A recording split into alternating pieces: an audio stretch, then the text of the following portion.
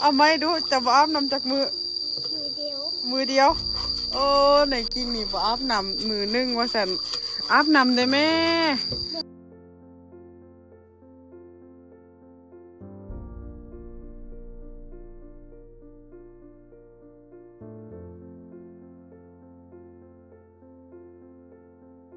อายุ มือกิ้งก้อนมือกิ้งจะไปไทยมือกิ้งบอกว่าจังใดว่าให้เขายุ่ก็รู้อยู่ด้วยก็ไม่กินก็มา เอาคิดฮอดมือกิ้งก็ล่มนำมือกิ้งละแม่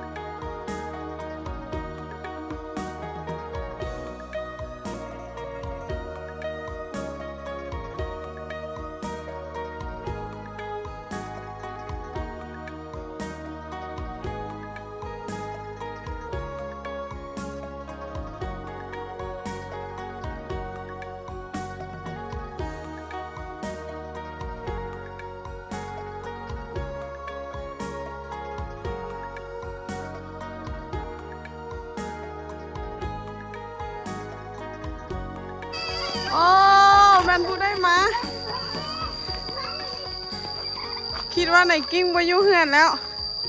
สบายดีไหนกิ้งสบายดีสบายดี เจ้าเส้งแล้วเหรอบ่บอก บ่ติยังบ่แล้ว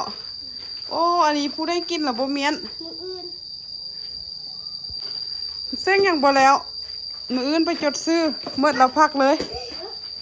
จะไปใส่มาเมื่อกี้ไอ้ฟ้ามขี่รถมาคือบ่เห็นเจ้าเลย ให้ลิ้นอยู่หัน อ้าวตกหมดแล้วจะอยู่เหือนน้ำไฟ สร้างกินกับโลกิน จะเอาเมียงมาติดใส่หัว กระตุ้น การ์ตูนอ้าวเจ้ากินข้าวแล้วหนึ่งคือเขาคือเป็นแบบนี้หมดจะบ่เฮ็ดเขาติ ไปกินหมดแล้ว เจ้ากินอยู่ใส่ผู้ได้เฮ็ดเขาให้เจ้ากิน เด็กเขา โลตอกนี่บ่เจ้าจกเอายังจะมีเงินได้ผู้ได้เอาเงินมาให้เจ้า ปลา ป้าเอาเงินมาให้เจ้าเราจะซื้อขนมนี้ จะซื้อ ตุ้น ป้าเอาเงินให้เจ้าเราจะซื้ออันนี้มาติดใส่หัว คือใส่เนี่ยมันจะงาม ป้าเอาเงินให้เจ้าเท่าไหร่ เส้นหา 150,000อ้าวป้าคือให้เจ้าไล่เทศนะ จะปั่นไพ่เด้ ฟางกิน จะไปให้โนกิ้งเลย โดดกินให้ แต่ว่ามันบอกเอา แล้วของเจ้ายังเท่าใดใส่เอามาเบิ่งดู ไปซื้ออันนี้2,000 จะซื้ออันนั้น2,000โอ้โอเคซื้ออันนั้น2,000ยัง3,000ป่าเอาให้เส้นหาเอาซั่น ป่าเอาให้50,000ก็ว่าได้ เมื่อกี้เอ้ยฟ้ามขี่รถขึ้นมานี้เจ้าเห็นเอ้ยฟ้ามบ่ เห็น แล้วเจ้าคือบ่ขึ้นมาจังน่ะเอ้ยฟ้ามมาหอนเฮือนนี้บ่เห็นไผจักคนเลย โอ้คือเปิดประตูปะไว้แบบนี้เราบ่มีไผอยู่เฮือนจักคน เอากินคนหนึ่ง ลูกกิ้งนอนอยู่หันบ่ เอาไปให้ดู น่ะบ่มีไผจักคน ไปลิ้นนะสิ พัดลมนี้เปิดได้อยู่ติ บอก แล้วคือเอาไปปะไว้หัน เป็นบันไดมันเท่อะ คือว่าพากันเปิดเฮือนทิมแบบนี้เราไปลิ้นหมดเลย โอ้โจรเข้ามา โจรเข้ามาลัก เครื่องคล้องแล้วเฮ็ดแนวนี้น่ะ เจ้าไปจดซื้อแล้วมื้อน่ะเจะไปไส ไปให้เนี่ย จะไปให้แล้ว ไปให้นำแม่แล้วเมื่อกี้ไปเวียกแล้วจะนอนอยู่นี่บ่หรือจะไปนอนนำแม่ของเจ้า ฮอนพี่ นอนพี่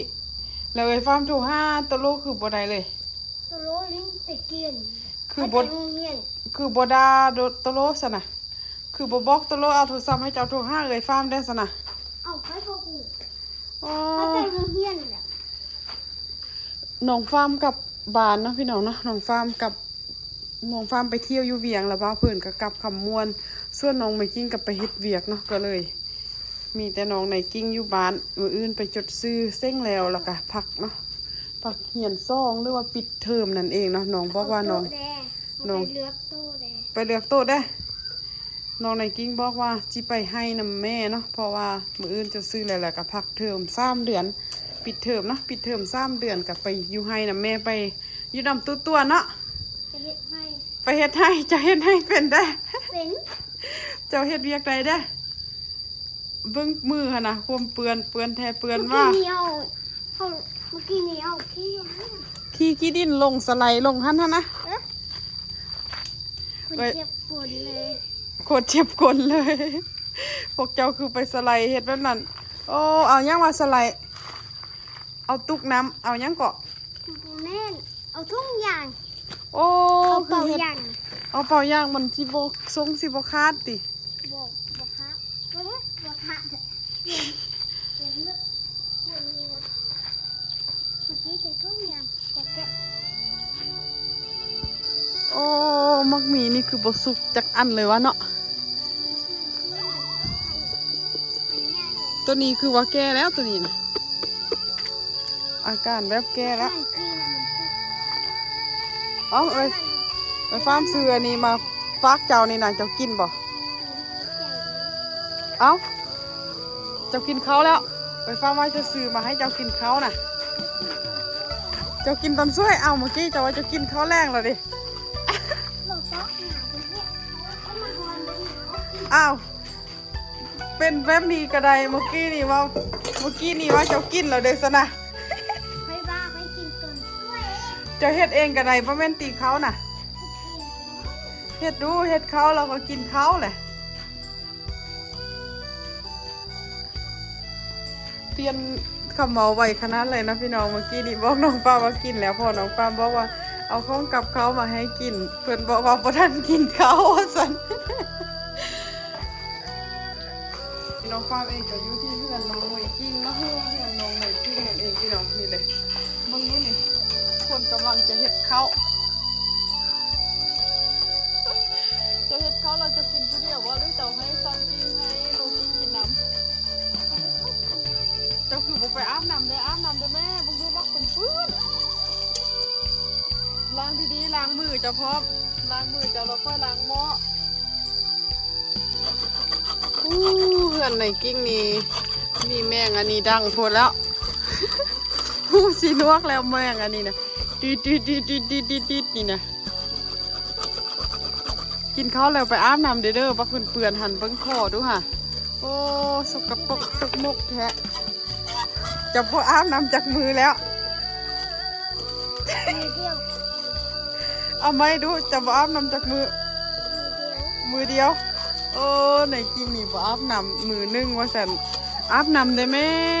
เดี๋ยวก็เข้าบอกไป เจ้าก็ไปเองเลยอยู่มอหันซื่อๆเจ้าก็ บัวหมาน ำบ่มาตอนแรงค่ำๆมาแล้วนำจึงมา บัวตื่นเช้า ตอนเช้านำจึงมาโอ้อาบน้ำเด้อเป็นผู้สาวแล้วบ่อาบน้ำผู้บ่าวบ่มักแหละย่างไก่เม่นกรุบๆน่ะบ่เอาเด้มีเขาอยู่บ่มีเนาะ บัวเดินไม่ ยังบ่ได้หมดเห็ดซ่องจอกก็ได้แล้ว กินบ่หมดเราเสียดายเห็ดซ่องจอกเรามื้ออื่นกินจึงเห็ดไหมโอเค เขาชอบคนหาเห็ดต้มเนาะ นำอยู่นอกบ่มี เอานำอยู่ไหนโอ้ฮู้เบิ่งหิวอยู่นี้ไป โอเค ใส่นำย่างประหยัดเนาะใหญ่แล้วน้องไหนกิ้งนี่เฮ็ดเขาเป็นแล้ว ปีหน้าก็เฮ็ดกินเองเป็นหมดแล้ว อยู่ผู้เดียวได้แล้วนะปีหน้าน่ะ อยู่ได้อยู่ได้แท้วะจืนไข่ก็เป็นแล้วเฮ็ดเขาก็เป็นแล้วใหญ่แล้ว ในกิ้งได้8 ปีแล้วเนาะปีนี้น่ะเนาะ7 ปีเนาะบ่ฮู้เลยบ่ฮู้ว่าตัวเอง 5 ปีสิเขาเรียนป .1 ก็เป็น5 ปี เขาเรียนป .1 ก็7 ปีแล้วในกิ้งได้7 ปีแล้ว5 ปีว่าตอนบ่เห็นอันเอ่ยฟ้าเอาให้เจ้าหั่นเด้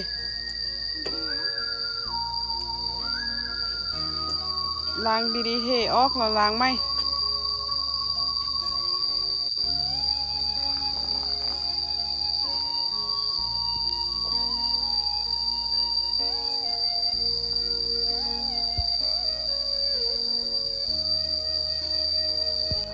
เอาดีๆได้เสร็จแห้งแล้ววะคือบ่ปกก่อน จะ ระวังเด้อระมัดระวังนี่นี่ดิโอเค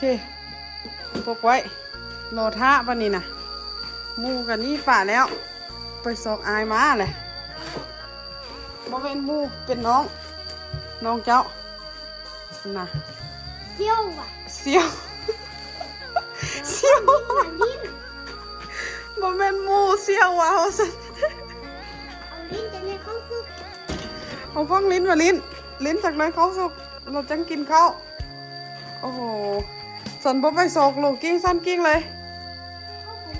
เอาลิ้น สิเฮ็ดจังได๋ซั่นน่ะจากน้อยนอนเข้ามาบ่ เ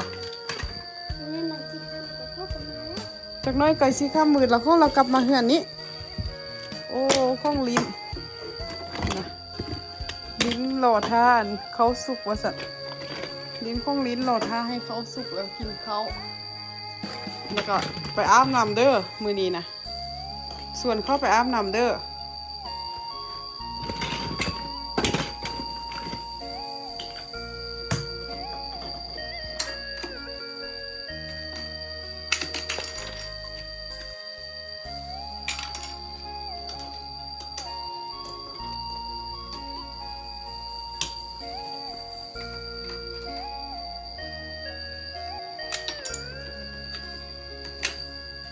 อายุ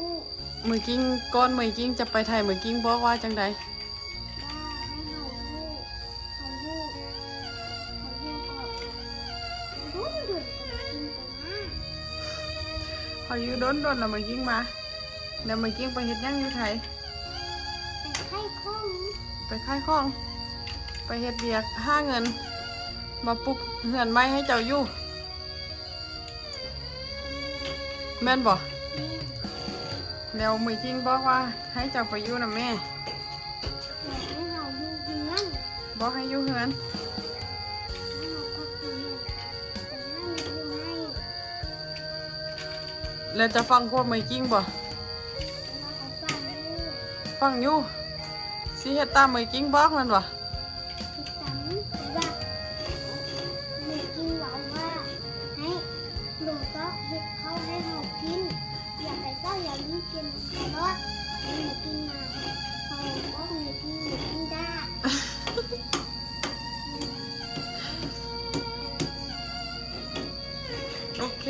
เนาะฟังความเด้อสนาเด้อ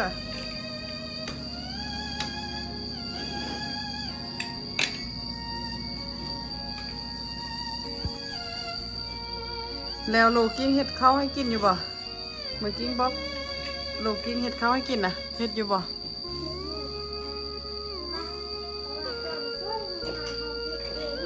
ตอนช่วยมาเราเฮ็ดเองโลกิ้งเฮ็ดให้ตอนเช้าตอนแรงเด้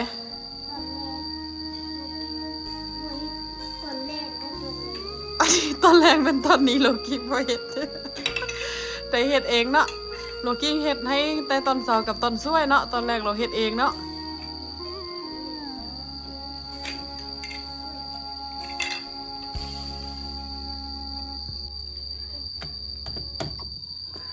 เอาคิดฮอดมือกิ้งก็ล่มนำมือกิ้งละแม่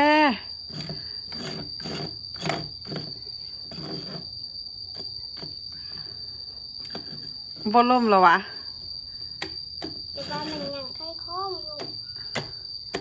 บ่ได้คล้องบ่ได้ค่ายนี่นั่งอยู่นี่เด้เห็นแต่ตาหน่วยเดียวนี่เด้